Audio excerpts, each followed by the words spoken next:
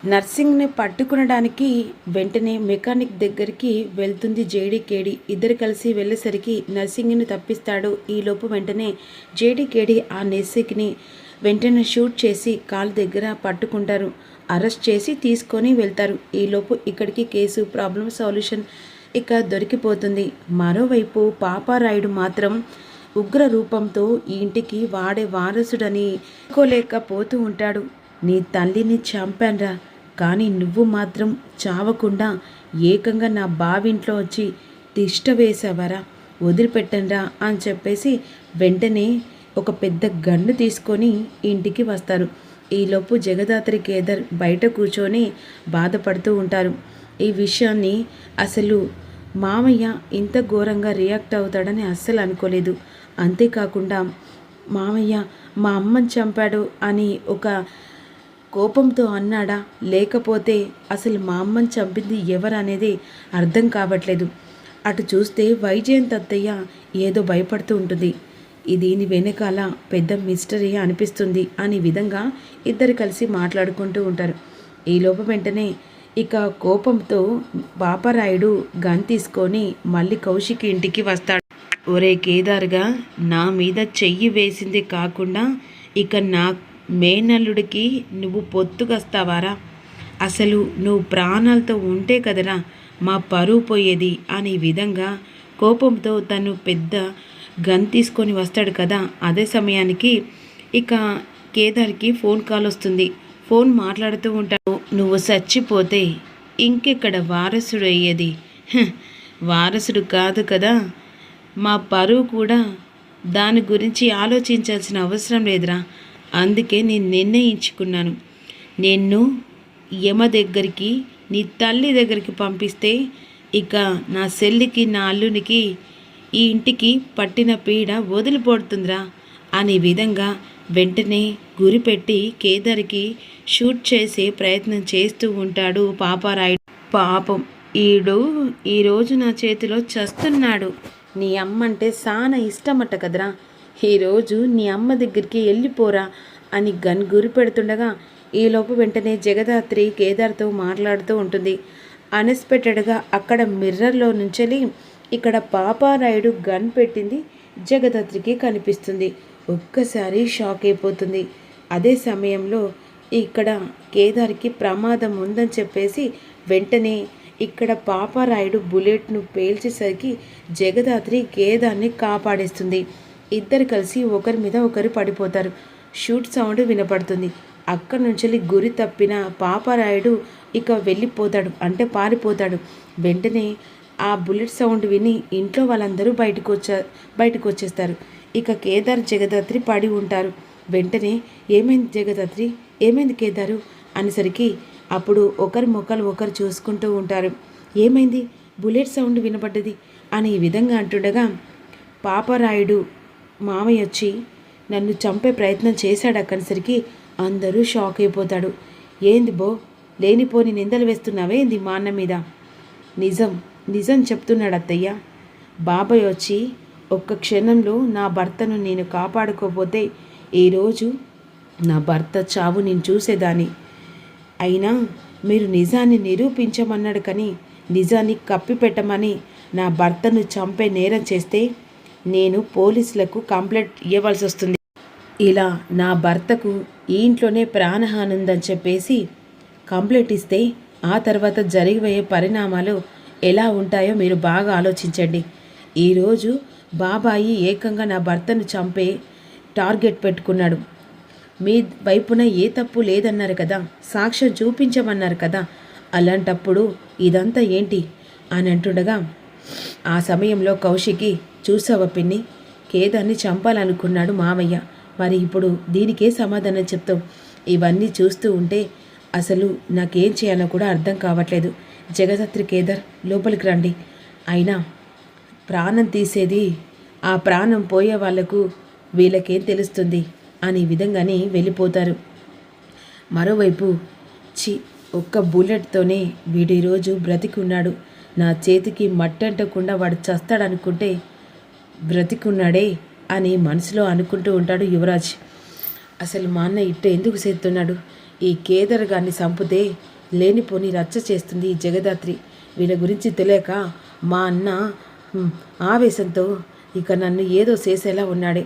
అసలే అబ్బికి చేతిలో పదవి రావాలని చూస్తూ ఉంటే మా అన్న పిచ్చి పనులతో ఈ కౌశికి తీసుకున్న నిర్ణయం వెనకాల ఏం జరుగుతుందో అర్థం కావట్లేదే. ఇక ఈలోపు పాపరాయుడు వెంటనే ఈరోజు వాడిని చంపకుండా మిస్ అయిపోయింది, కానీ వాడిని వదిలిపెట్టను. నా మేనల్లుడికి వీడు అడ్డుగా ఉన్నాడు, వీడిని చంపేయాలి అనే విధంగా అక్కడి నుంచి వెళ్ళిపోతాడు. ఆ సమయంలో వైజయంతి వెంటనే నిషి యువరాజ్ ముగ్గురు కలిసి ఆలోచిస్తూ ఉంటారు. ఎట్లయినా సరే చేతికి 10 వచ్చేదాకా మనం కౌశిక్ తరపున మాట్లాడుతూ ఉండాలి.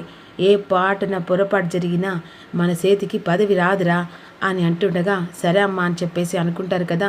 ఈ సమయంలో వెంటనే కౌశిక్ వచ్చి ఆఫీస్కి బయలుదేరాలి అని అన్న తర్వాత వెంటనే యువరాజ్ తీసుకొని ఆఫీస్కి బయలుదేరే ముందు ఒక్క విషయం పెన్ని, మీరు మాత్రం చాలా గుర్తుపెట్టుకోండి. ఆఫీస్ అంటే టైంపాస్కి వెళ్ళి అలా ఏదో కూర్చొని ఇక ఫైల్స్ మీద సంతకం పెట్టడం కాదు. బాధ్యత, అది మోయలేని బాధ్యత. 1000 మంది 1,00,000 మంది మన మీద ఆధారపడి బ్రతుకుతున్నారు. వాళ్ళకి తిండి పెట్టాలన్నా మనమే, ఏ చేసినా మనమే. చేతిలో ప్రాజెక్ట్ వచ్చింది కదా, అది ఇక నేను నా చేతికి 1,00,000 కోట్లు వచ్చాయి కదా అని కాకుండా కష్టపడితే ఆ రూపాయి ఎలా వచ్చిందని అనుకుంటేనే దీనిలో సక్సెస్ అవుతాం. లేకపోతే చంపుడు ఇలాంటి ఇక చిల్లర పనులు చేస్తూ ఆఫీస్లో నీకు నచ్చినప్పుడు రావడం, నీకు నచ్చినప్పుడు ఇంట్లో ఉండడం అయితే నీ చేతికి ఈ పదవి ఇవ్వను యువరాజ్ అనే విధంగా కౌశిక్కి ముందే ఆర్డర్ వేస్తుంది. అట్ట ఇట ఉంటావమ్మి, అయినా అబ్బోడికి ఇట్లా ఉంటే తెలియదు కదా, నీతో పాటుగా తీసుకెళ్తే ఇక నువ్వెట్టా సెత్తున్నావో అబ్బోడు కూడా అట్లాగే సెత్తాడు. అవును వదిన, యువరాజ్ నువ్వు చెప్పినట్టే చేస్తాడు. అయినా ఇంట్లో ఉంటే ఏమొస్తుంది, ఆఫీస్కి వస్తేనే కదా, అది కాదు ఇదని చెప్పేసి తెలుస్తుంది. అదే ముందు మీ అందరికీ చెప్తున్నాను, టైంపాస్కి వచ్చామా లేదా అనేది కాదు, ఒక బాధ్యత చేతిలో పెడితే దాన్ని పూర్తి చేసేదాకా కూడా వదిలిపెట్టకూడదు అనే విధంగా ఇక కౌశిక్ అంటుంది. మరోవైపు జగదాత్రి కేదార్ ఆలోచిస్తూ ఉంటారు. ఈరోజు ఇక మామయ్య నా ప్రాణాలు తీయడానికి కూడా వెనుక ముందు ఆడలేదంటే ఖచ్చితంగా మా అమ్మ చావు వెనకాల ఏదో రహస్యం ఉంది దాత్రి, అసలు అదేంటో తెలుసుకోవాలి అనే విధంగా అన్న తర్వాత వెంటనే మనం వెళ్ళి తాతయ్యను కలవాలి. ఆ కలిస్తేనే అసలు దాని వెనకాల ఏముందో తెలిసిపోతుంది అని ఈ విధంగా వెంటనే మళ్ళీ రాజ్మహల్ దగ్గరికి వెళ్తారు. ఆ సమయంలో ఇక రాజ్మహల్ దగ్గర తాతయ్యని కలిసరికి ఏంటమ్మా జగదాత్రి ఇలా వచ్చావు?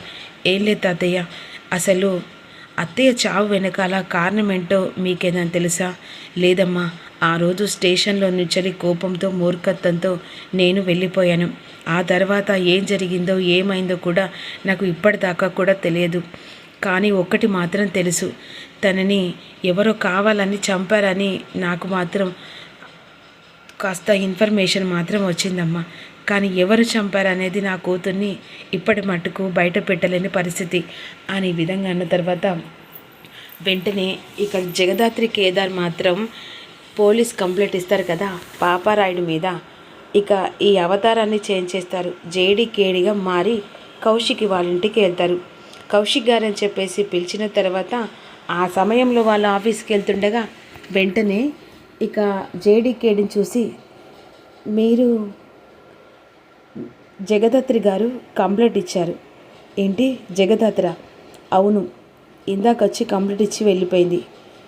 కేదార్కి ప్రాణగండం ఉందట కదా, అంతేకాకుండా సుహాసిని కేసు గురించి కూడా సాక్ష్యాలు బయటపెట్టినా అతని ప్రాణం తీయాలనుకుంటున్నారు. కాబట్టి ఇక వాళ్ళకి ప్రొడక్షన్ కాకుండా ఆ పాపరాయుడిని కూడా మేము అరెస్ట్ చేయాలనుకుంటున్నాం. ఏందమ్మే, సాక్ష్యాలు లేకుండా ఎట్టా అరెస్ట్ చేస్తావు? మీ కంప్లైంట్ ఇవ్వడం సరే, మీరు వచ్చి అరెస్ట్ చేయడం బాగానే ఉంది. అయినా మా అన్న చంపిందని నమ్మకమేముంది, మా అన్న కాల్చిందని నమ్మకమేముంది? వైజయంతి గారు, ఎవరైనా సాక్ష్యాలు లేనిది కంప్లైంట్ ఇవ్వరు కదా, దానికి కూడా సాక్ష్యం ఉంటుంది కదా. ఎందుకంటే ఇక అన్ఎక్స్పెక్టెడ్గా పాపారాయుడు గారు మీ అమ్మని చంపాను, మీ అమ్మని చంపిన పొజిషన్లో ఆ రోజు నిన్ను చంపితే సరిపోయేది కదా అని చెప్పేసి ఆ ఒక్క మాట అన్నాడని కేదార్ చెప్పారు. అంటే దీని ప్రకారంగా సుహాస్కి మర్డర్ వెనకాల ఇక పాపారాయుడు హస్తం ఉందని మాకు తెలిసిపోతుంది. అందుకే పాపారాయుడిని అరెస్ట్ చేసి అసలు సుహాసినికి మర్డర్కి ఏంటి సంబంధం అనేది ఇక్కడ మేము తెలుసుకుంటామనేసరికి వైజయంతి వణికిపోతుంది. అమ్మో, మా అన్నను అరెస్ట్ చేస్తే నిజాలు బయటపడితే ఆ సుహాసిని చంపింది నేనని తెలిసిపోతుంది అని వైజయంతి మనసులో అనుకుంటుంది. ఆయన మా అన్న ఏం చంపలేదు, మా అన్నను అరెస్ట్ చేస్తే మర్యాదగా ఉండదు. అదేంటి వైజయంతి గారు, ఆల్రెడీ అతన్ని చంపాడని ప్రూఫ్తో సహా అతను నిజం చెప్పాడు కదా, అతన్ని అరెస్ట్ చేయకుంటే ఇక ఎవరిని అరెస్ట్ చేస్తాం? ఎందుకంటే నేరస్తుని కదా, నేరుగా అతను నేరం ఒప్పుకున్నాడు కాబట్టి అతన్ని అరెస్ట్ చేస్తాం. అయినా మా అన్న సుహాస్ని చంపారని మీ దగ్గర సాక్ష్యం ఉందా అయింది? సాక్ష్యాలు దొరకడం అంత ఈజీ అని చెప్పేసి అనుకోకండి. ఇక తీగ పట్టుకుంటే డొంకంతా కదిలిపోతుంది, పాపరాయిని పట్టుకుంటే నిజాలన్నీ బయటపడిపోతాయి అని అంటుండగా, వద్దు, మా అన్న అరెస్ట్ కావద్దు, ఎట్ట అయినా సరే ఇక ఈ అమ్మిని ఈ బయటికి పంపించాలి. ఇదిగో చెప్తున్నాను, మా అన్నను మాత్రం అరెస్ట్ చేయొద్దు. ఆ సుహాసినికి మా అన్నకు ఎలాంటి సంబంధం లేదు. అంటే ఏదన్నా ఎవరైనా కావాలని చంపారా? అయినా మీ మాటలు వినడానికి ఇక్కడికి రాలేదు, పాపారాయుడు గారిని అరెస్ట్ చేయడానికి వచ్చాం. ఎక్కడున్నాడు? మా అన్నను అరెస్ట్ చేస్తే మర్యాదగా ఉండదు. చెప్పాను కదా వైజయంతి గారు, చంపింది సుహాసిని గారిని అని. ఆల్రెడీ మేము మీతో పాటుగా ఆర్గ్యుమెంట్ చేయడానికి రాలేదు. పాపారాయుడు ఎక్కడున్నా సరే మేము మా కష్టాలు ఎక్కువ తీసుకుంటాం అని వెళ్తుండగా, మా అన్నకు కేసుకు సంబంధం లేదు, ఆ సుహాసిని చంపింది నేనే అని వైజయంతి ఒక్కసారి నిజాన్ని బయట పెడుతుంది. ఇక జేడీకేడి ఒక్కసారి ఒకరు చూసుకుంటారు. ఇక్కడ సుధాకర్ కూడా షాక్లో ఉండిపోతారు. అసలు సుహాసిని చంపింది వైజయంతి అని నిజాన్ని బయట పెట్టిన తర్వాత నిజం వెనకాల ఏముంది, సుహాసిని చావుకు మిస్టరీ ఏంటనేది అప్కమింగ్లో తెలుసుకుందాం.